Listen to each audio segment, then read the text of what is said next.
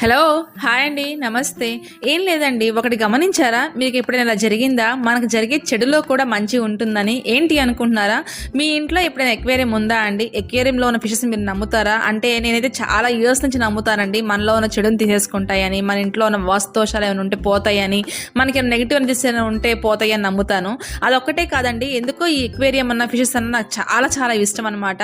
అలాంటిది ఈ మధ్య మా బాబు ఎక్వేరియం క్లీన్ చేస్తుంటే చిన్న క్రాక్ పడి హోల్ పడిందండి. వాటర్ లీకేజ్ అనేది జరుగుతూ ఉన్నాయి. అండ్ 1 month నుంచి రెగ్యులర్గా ఫిషెస్ అనేది చనిపోతూ ఉన్నాయండి. ఎందుకు ఇలా జరుగుతుందో అర్థం కావట్లేదు. వాటిని చూస్తూ ఏడుస్తూ బాధపడుతూ కూర్చోవడం తప్పనించి నేనేం చేయలేకపోతున్నా.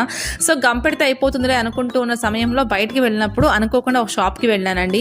అక్కడ రీజనబుల్ ప్రైజెస్లో బెస్ట్ క్వాలిటీతో ఉన్నాయన్నమాట.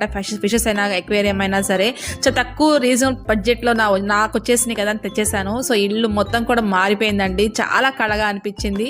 సో మీ ఇంట్లో ఎక్వేరియం ఉందా? ఉంటే కామెంట్